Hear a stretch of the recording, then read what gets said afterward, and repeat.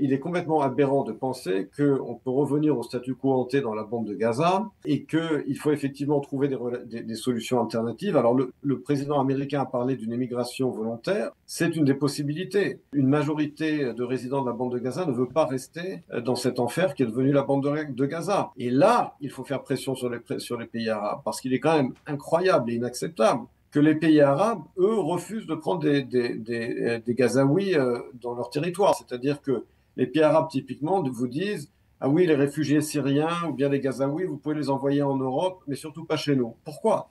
Pourquoi est-ce que l'Égypte n'ouvre pas sa frontière? Pourquoi est-ce que la Jordanie, pourquoi est-ce que les pays du Golfe ne peuvent pas accepter des Gazaouis?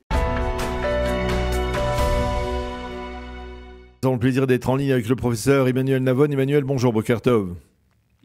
Merci d'être avec nous ce matin. Je voudrais qu'on essaye de faire un point sur la situation diplomatique d'Israël qui, on le sait, ce n'est pas une surprise et assez particulièrement complexe, pour ne pas dire défavorable aujourd'hui. Je voudrais vous demander de faire une sorte de zoom out pour essayer de comprendre comment on en est arrivé là et aussi, dans la mesure du possible, d'offrir les solutions qui pourraient permettre d'atténuer les tensions.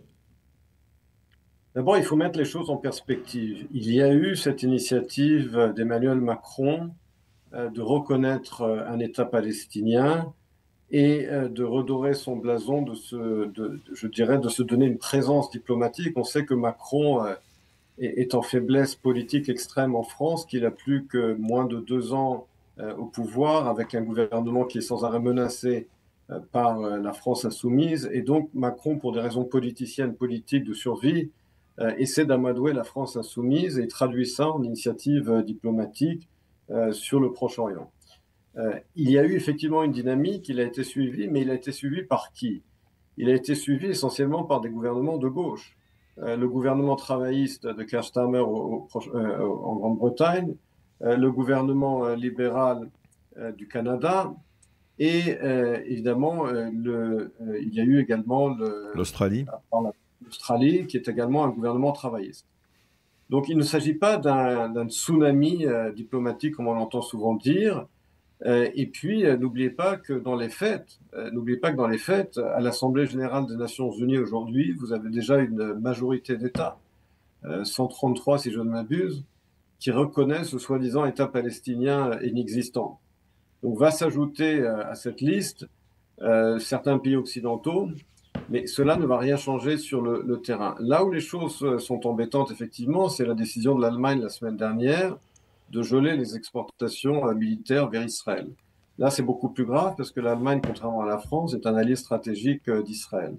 Donc, il faut effectivement prendre tout cela en compte, mais cela ne doit pas changer la stratégie d'Israël. Si Israël a une stratégie militaire dans la bande de Gaza pour gagner la guerre, elle doit s'y tenir, quelles que soient les pressions diplomatiques. Et sur le plan diplomatique, eh bien, il faut se battre. C'est pour ça qu'on a un ministère des Affaires étrangères pour également mener la lutte sur le plan diplomatique.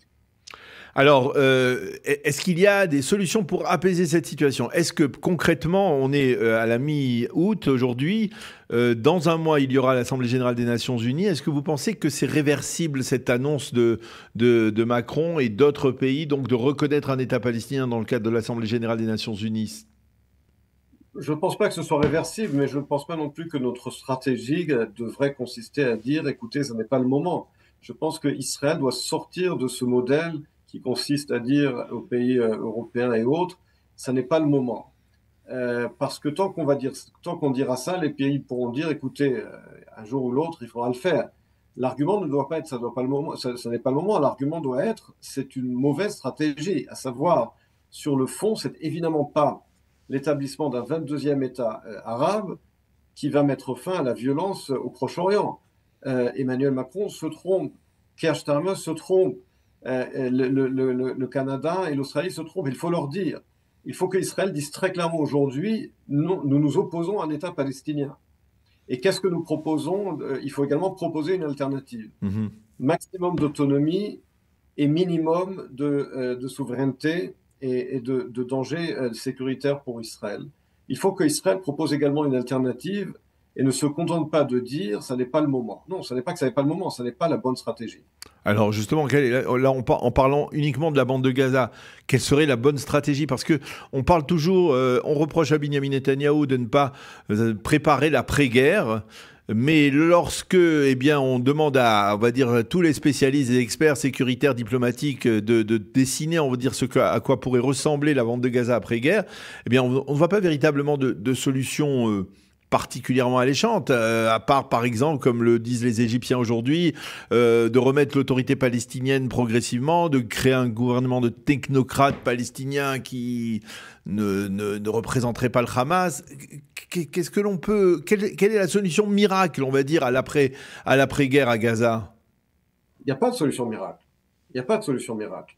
Mais il faut cesser de coopérer avec cette affirmation absurde et fausse selon laquelle la seule solution à ce conflit, c'est la solution de 2 États. C'est faux. Ça n'est pas la solution. Le mouvement national palestinien, dans son essence, est un mouvement de négation du droit d'Israël à exister. L'OLP n'a jamais accepté une solution de 2 États comme une solution finale, mais uniquement comme une étape pour la destruction d'Israël. Et donc, répéter sans arrêt cette solution de 2 États, c'est ça qu'il faut cesser. Maintenant, en ce qui concerne la bande de Gaza, il faut être pratique et pragmatique. La bande de Gaza, aujourd'hui, est inhabitable. Et la reconstruire, si tel est le programme, prendra des années, voire des décennies. Donc, il est complètement aberrant de penser qu'on peut revenir au statu quo ante dans la bande de Gaza et qu'il faut effectivement trouver des solutions alternatives. Alors, le président américain a parlé d'une émigration volontaire. C'est une des possibilités. Une majorité de résidents de la bande de Gaza ne veut pas rester dans cet enfer qui est devenu la bande de Gaza. Et là, il faut faire pression sur les pays arabes, parce qu'il est quand même incroyable et inacceptable que les pays arabes, eux, refusent de prendre des Gazaouis dans leur territoire. C'est-à-dire que les pays arabes, typiquement, vous disent « Ah oui, les réfugiés syriens ou bien les Gazaouis, vous pouvez les envoyer en Europe, mais surtout pas chez nous. » Pourquoi?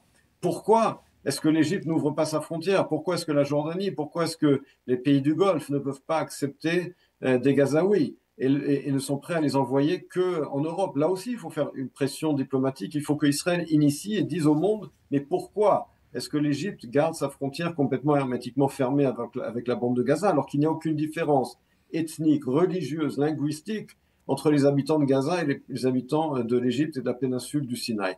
Et c'est là qu'il faut absolument parler d'une nécessité d'une émigration volontaire et massive des Gazaouis, en particulier vers la bande du Sinaï, la péninsule du Sinaï et d'autres pays arabes. D'ailleurs, c'est important, vous soulignez l'Égypte et le rôle de l'Égypte. N'est-ce pas justement là, peut-être l'une des causes du problème ou de l'impasse actuelle dans laquelle on se retrouve dans les négociations pour parvenir à la libération des otages, à un cessez-le-feu, c'est qu'en fait les deux pays médiateurs ne sont pas de véritables médiateurs, ils sont partie prenante, ils ont chacun leurs intérêts à soit prolonger la guerre, soit maintenir le Hamas, c'est-à-dire l'Égypte pour ses raisons avec l'axe Philadelphie, le Qatar avec sa volonté, on va dire, de maintenir le Hamas au pouvoir. Est-ce que les dés ne sont pas pipés à ce niveau-là? Bien entendu, ce ne sont pas des médiateurs. Ce sont des partis avec des intérêts dans cette négociation. Le Qatar est le pourvoyeur de fonds du Hamas, des frères musulmans, de la propagande de Al Jazeera. C'est le Qatar qui a bâti véritablement le Hamas dans la bande de Gaza. Quant à l'Égypte de Al-Sisi, il veut que ce soit Israël qui fasse le sale boulot, c'est-à-dire que Al-Sisi, vraiment dans son hypocrisie, je me permets de dire, nous accuse de génocide, mais lui veut qu'on en finisse avec le Hamas. Il ne sera pas prêt à se réengager dans la bande de Gaza sans une élimination totale du Hamas. Et croyez-moi que si c'était l'Égypte qui était en guerre avec le Hamas, il ne prendrait pas les précautions que nous prenons, que Israël prend, et il ne fournirait pas l'aide humanitaire que nous fournissons. Donc, évidemment que l'Égypte et le Qatar ne sont pas des médiateurs objectifs. Mais au bout du compte, on aura besoin du partenariat de l'Égypte dans la gestion future de la bande de Gaza. Et il faut bien comprendre que l'Égypte n'acceptera pas d'être impliquée d'une manière ou d'une autre dans la bande de Gaza sans l'élimination préalable du Hamas. Et c'est cela qu'il faut bien comprendre. Un point, une information qui est presque anodine, mais qui peut avoir des répercussions diplomatiques importantes. Vous l'avez certainement remarqué.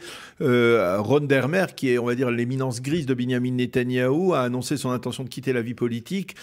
Et il pourrait être remplacé au moins par Gideon Sa'ar. Alors vous connaissez bien Gideon Sa'ar, qui est le ministre des Affaires étrangères aujourd'hui. Est-ce que effectivement le départ de Ron Dermer, qui on va dire a joué un rôle important, on va dire, dans les relations entre l'administration Trump et le gouvernement israélien ces derniers mois, est-ce que effectivement c'est un coup dur, on va dire, sur le plan diplomatique pour Binyamin Netanyahou? Écoutez, je ne connais pas cette information, mais en tout cas, je doute personnellement que Ron Dermer quitte la scène avant la fin de la guerre. Je pense qu'il a lui-même joué, il continue de jouer un rôle primordial et très important dans cette guerre, en particulier dans ses relations avec les États-Unis. Et je doute beaucoup qu'il quittera la scène avant la fin de la guerre. Et la guerre, comme on le sait, n'est pas encore finie. Et son remplacement éventuellement par Gideon Sa'ar? Gideon Sa'ar est aujourd'hui, comme on sait, ministre des Affaires étrangères, mais c'est Ron Dermer qui gère, on va dire, la relation quotidienne essentiellement avec les États-Unis. Donc j'imagine qu'en cas de départ, encore une fois, information que je ne connais pas, de Ron Dermer, j'imagine que Gideon Sa'ar étendra son activité également à la relation aux États-Unis. Mais encore une fois, il s'agit pour l'instant de spéculation et je ne connais pas moi-même cette information. Un dernier point, une dernière question, elle se rapporte à on va dire à la guerre des images dans laquelle Israël a quelques difficultés, il faut bien l'avouer. Est-ce que vous pensez justement que sur le plan diplomatique, il y a une possibilité de renverser la vapeur, de faire comprendre, on voit quelques indices, on va dire, d'une tentative de contre-attaque de la part du gouvernement israélien, de la part de ce que l'on appelle la Hasbara, la communication israélienne.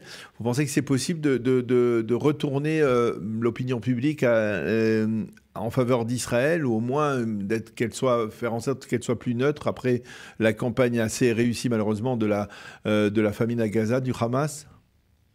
Alors, il faut bien comprendre que la guerre des images, la guerre médiatique entre nous et nos ennemis est une guerre asymétrique. Pourquoi? Parce que nos ennemis mentent par défaut. C'est-à-dire que le Hamas, l'OLP, mène des campagnes mensongères. Donc, par définition et a priori, on a déjà un désavantage. Et ça signifie que quelle doit être notre stratégie? Au lieu de répondre aux mensonges en disant « Ah non, nous ne commettons pas de génocide. Ah non, nous n'essayons pas d'affamer la population. » Il faut passer à l'offensive. C'est à nous de parler de l'apartheid dans les pays arabes. C'est à nous de parler de génocide d'un régime arabe du Soudan dans le Darfour. C'est à nous de passer à l'offensive. Et je pense que au lieu de se plaindre sans arrêt, il faut passer à l'offensive. Il y a déjà, je pense, des initiatives dans cette direction. Je pense que l'initiative de Gideon Sa'ar la semaine dernière de saisir le Conseil de sécurité et de venir parler des otages au Conseil de sécurité, c'est le genre d'initiative qu'il faut multiplier. Encore une fois, il y a une majorité silencieuse dans les pays occidentaux qui ne se reconnaît pas dans les positions extrêmes des musulmans et de l'extrême gauche et qui sont favorables à Israël. Donc nous avons une majorité silencieuse qui nous est favorable, mais il faut être beaucoup plus agressif et beaucoup plus proactif et passer de la défense à l'offense.